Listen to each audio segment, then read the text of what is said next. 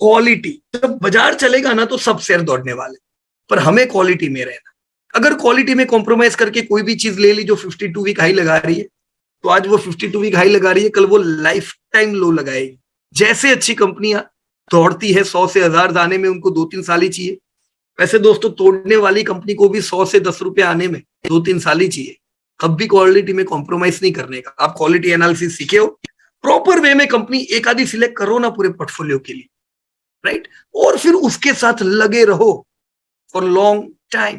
फिर company change करने का जरूर आना ही नहीं चाहिए कभी, नेवर एवर। मेरे इतने लंबे समय में मैंने कभी ये नहीं किया है कि अरे ये कंपनी से अच्छी वो कंपनी होगी, लगता है इधर से उधर भागो, never ever.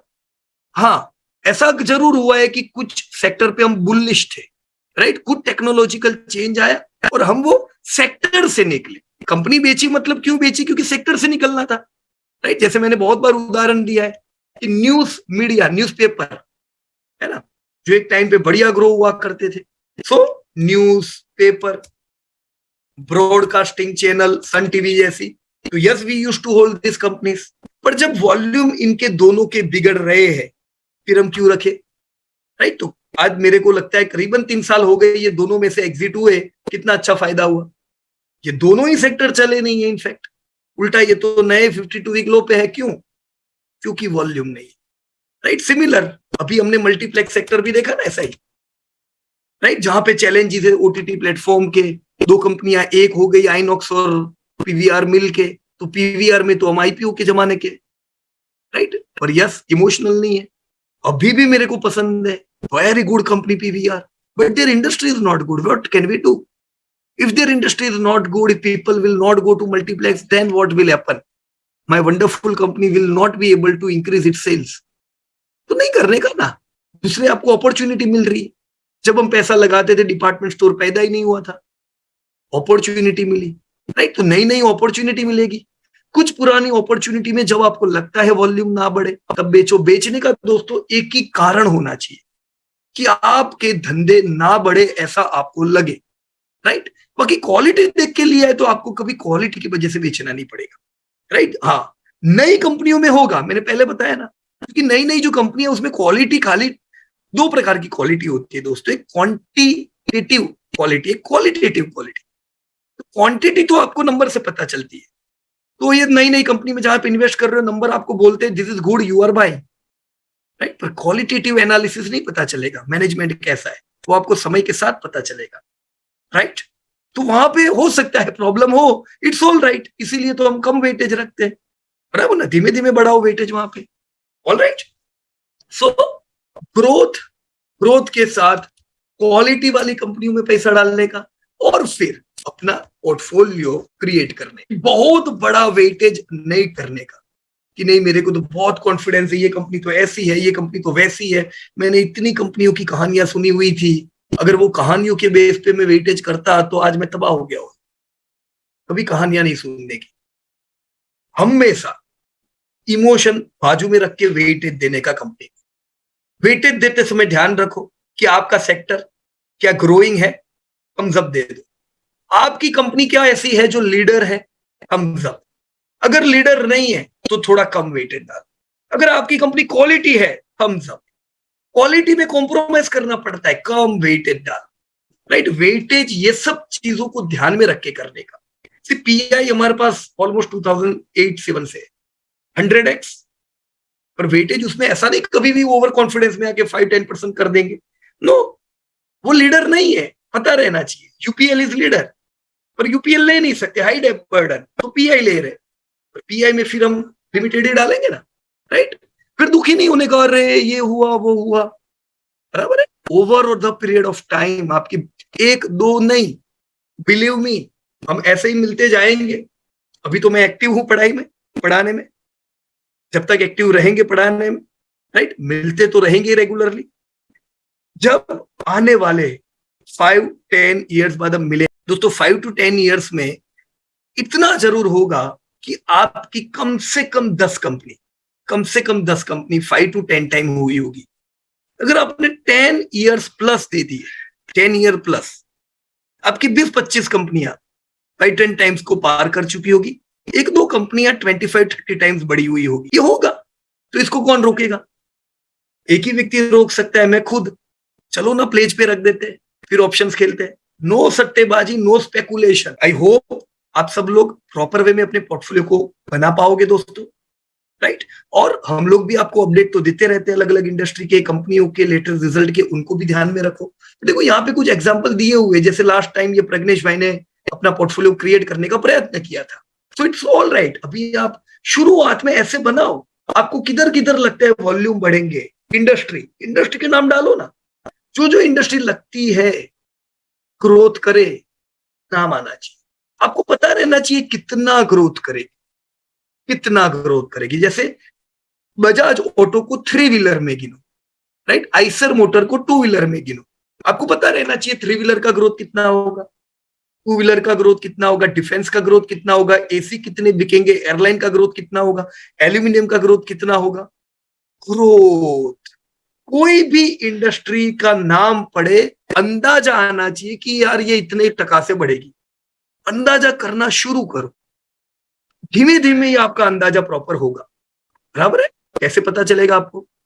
Annual report best तरीका है, राइट, अंदाजा लगाने का। वो कहते हैं कि हमको लगता है इतने परसेंटेज से ग्रोथ होगा। इन्वेस्टर प्रेजेंटेशन, कौन कॉल अटेंड करो, कौन कॉल में क्लियर पूछते हैं इन्वेस्टर, भाई कितना ग्रोथ लगता है तुमको, राइट, आपको प्रॉपर जवाब मिलेंगे कौन कॉल में। तो ये सारी वो चीज है जिससे शांति से, बहुत भागदौड़ करे बगैर, अपनी कुर्सी में बैठे बैठे प्रॉपर वे में किसी पे डिपेंड रहे बगैर पोर्टफोलियो बनाए। इंडस्ट्रीज, कंपनी के नाम इसी प्रकार से लिखो, ग्रोथ लिखो, आपकी उम्मीद क्या है। ये उम्मीद चेंज होगी धीमे धीमे, जैसे जैसे आप मैच्योर होगे आपको लगेगा नहीं ये मेरी उम्मीद गलत थी, मेरे को इतना उम्मीद करना चाहिए था। पर अभी फिगर डाल दो, वेटेड डालो, किसके आधार पे ग्रोथ करेगा, कितना सेक्टर, ये मेरी कंपनी लीडर है कि नहीं है, क्वालिटी है कि नहीं है, दे दो इसको वेटेज। ये चीज देखने के बाद यहाँ पे ये करंट ईयर सेल्स प्रॉफिट इसलिए दिया है ताकि मुझे अभी का हाल पता चले। अगर रिसेंट सिनेरियो में देखो, मैं खुद ये करता हूँ, ये डेटा अभी आप लोगों के साथ शेयर किया था, याद है आपको? सेम डेटा है ये, वही है, मैंने इसी का स्क्रीनशॉट आप लोगों को दिया था। जैसे एचडीएफसी बैंक में हमारा 7% वेटेज है, तो मैं डेटा रखा कि नहीं रखा, 22% धंधा बढ़ रहा है, 21% प्रॉफिट बढ़ रहा है, मार्जिन भी उनके इनफेक्ट 1% इंक्रीज हुए Q1 से अभी तक, राइट। पी इनका 20 है, तो टेंशन का कोई बात ही नहीं है। जितना सेल्स ग्रोथ, जितना प्रॉफिट ग्रोथ, उतना ही पी, इनफैक्ट थोड़ा कम पी। तो मैं 7% डालना है ना, मैं पूरे पूरा 7% डाल दूंगा, पूरे पूरा। यहाँ पे मेरे को कैश रखने की जरूरत ही नहीं है, क्योंकि सेल्स, प्रॉफिट और पी वेल बैलेंस है, राइट। फिर देखो रिलायंस, मैंने 5% वेटेज दिया इसको, 24% धंधा बढ़ा, तो वाओ बहुत अच्छा है। ऐसे धंधे बढ़ेंगे तो अपना काम हो ही जाएगा ना। पर इसके प्रॉफिट नहीं बढ़े, ये दिक्कत की बात है। अब देखो प्रॉफिट क्यों नहीं बढ़े, 9% के मार्जिन 8% आ गए, तो ये इन्फ्लेशन ने हमें मारा है। अभी ये तो 7 हो गए थे, ये तो इस बार थोड़ा घटा इन्फ्लेशन, तो ये सपोर्ट मिला है। पर 9 का 8, इन्फ्लेशन ने हमारे प्रॉफिट को तोड़ा। पी 25 का है, ध्यान से देखना दोस्तों, 25 का पी सपोर्ट करता है, 24% का ग्रोथ सपोर्ट करता है 25 के पीई को। मैं 100% पैसे लगा सकता हूं, लेकिन 9% का प्रॉफिट सपोर्ट नहीं करता है 25 के पीई को। तो मेरे को मेरा स्टेक 100% नहीं रखने का, कैश रखना पड़ेगा, मुझे रखना पड़ेगा कि नहीं। अगर प्रॉफिट भी 25% से बढ़ते तो मैं 100%, ये जो 5% लिखा है ना, पूरे पूरा मैं पैसा डालता। पर अभी मैं क्या करूंगा, 4% ही डालूंगा। 1% कैश रखो यार, नीचे आएगा तो पैसा तो चाहिए ना डालने को। प्रॉफिट नहीं है तो नीचे आने के भी चांसेस है। टीसीएस सेम स्टोरी, धंधा बढ़िया, प्रॉफिट नहीं बढ़िया, पी 28, तो 28 का पी, 18 का सेल्स ग्रोथ मैच नहीं हो रहा है, प्रॉफिट तो बिल्कुल 10% और मैच नहीं हो रहा है, ज्यादा कैश रखना पड़ेगा। आ रहा है समझ में दोस्तों? वेटेज पहले से तय होता है, राइट। कंपनियां पहले से तय होती है, इंडस्ट्री आपकी पहले से तय है, पर पैसा कितना डालेंगे वो ट्रेंड से तय होगा। वैल्यूएशन कहते हैं इसको। आप वैल्यू बाइंग कर रहे हो, आपको वैल्यू बाइंग के मौके मिलेंगे। अभी आप एचडीएफसी बैंक में वैल्यू बाइंग के मौके ढूंढोगे, आपको नहीं मिलेंगे। पिछले साल मिल रहे थे, क्योंकि पिछले साल धंधे नहीं थे, क्रेडिट ग्रोथ था ही नहीं, तो आपको वैल्यू बाइंग का मौका मिला। चलता ही नहीं था एचडीएफसी बैंक लास्ट ईयर। अभी थोड़ी ना बोल सकते नहीं चल रहा है। अभी निफ्टी भी लाइफ टाइम हाई पे, एचडीएफसी बैंक भी लाइफ टाइम हाई पे, क्यों चला, सब अच्छा, राइट। अब वंडरला, क्या मेरे को इधर कैश रखने की जरूरत है? 20 का पी, 233 का सेल्स ग्रोथ, 129% प्रॉफिट ग्रोथ, क्या कैश रखने का? 3.3% का मैंने इसका वेटेज तय किया है, मैं ज्यादा भी थोड़े रख सकता हूं, बेचेंगे अपना टारगेट आएगा तब, क्योंकि फेवरेबल है, राइट। तो ऐसे ही चीजों को देखो, जुबिलेंट फूड 17% से धंधे बढ़ रहे, प्रॉफिट तो 16% से गिर रहे, तो ये बैलेंस नहीं है, फेवरेबल नहीं है, और तुम P92 का बोलते हो। मेरा वेटेड 2.5 है, मैं 2.5 क्या 1.25% ही कैश रखूंगा, मतलब 1.25% ही मान लूंगा, दूसरा कैश रखूंगा तो 50% मेरे पास। क्यों कैश चाहिए? सबसे ज्यादा प्रोबेबिलिटी किसकी गिरने की? HDFC bank, TCS, Bajaj finance, Wonderla, Jubilant food. Jubilant ये कब चलेगा? जब ये सुधरेगा, बराबर है। तो ऐसे ही जहां पे आपको प्रॉपर वेल बैलेंस चित्र नजर में आए, उधर दोस्तों आप कैश नहीं रखोगे तो चलेगा, बाकी जहां पे वेल बैलेंस नहीं है वहां पे थोड़ा कैश रखो। All right.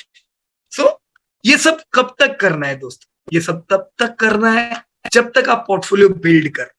जब आप रिटायर हो जाते हो, आप बोलते हो भी मेरे को देखना नहीं है बाजार, मत देखो। आप बोलो मेरे को रिजल्ट नहीं देखने, मत देखो। PSC NSE वेबसाइट बंद कर दो, कुछ भी चेक करने का जरूर नहीं है। आप लोगों ने जो सेट किया हुआ है मस्त पोर्टफोलियो, ये कमा के देने ही वाला है। आप चेक नहीं करोगे, एक दो इंडस्ट्री में कुछ गड़बड़ होगी भविष्य में, एक दो इंडस्ट्री की विकेट गिरेगी, हो सकता है, राइट। जैसे कुछ एक दो इंडस्ट्री का लो परफॉर्मेंस आ जाए तो क्या फर्क पड़ता है? आपकी दूसरी 95% इंडस्ट्रीज है जो कमा के देने वाली। तो ऐसा मत सोचो अरे जिंदगी भर रिजल्ट देखने के क्या, अरे बिल्कुल नहीं। पैसा लगा रहे हो तब तक रिजल्ट देखते जाओ, रिटायर होना है जब बिल्कुल कुछ ध्यान नहीं देना है, नो नीड टू वरी। कुछ भी ना देखो तो भी आपको ग्रोथ मिलेगा, कंसिस्टेंट अर्निंग मिलेगी दोस्तों। क्लियर है? Disclosure: This update is for educating purpose. We are not tip provider.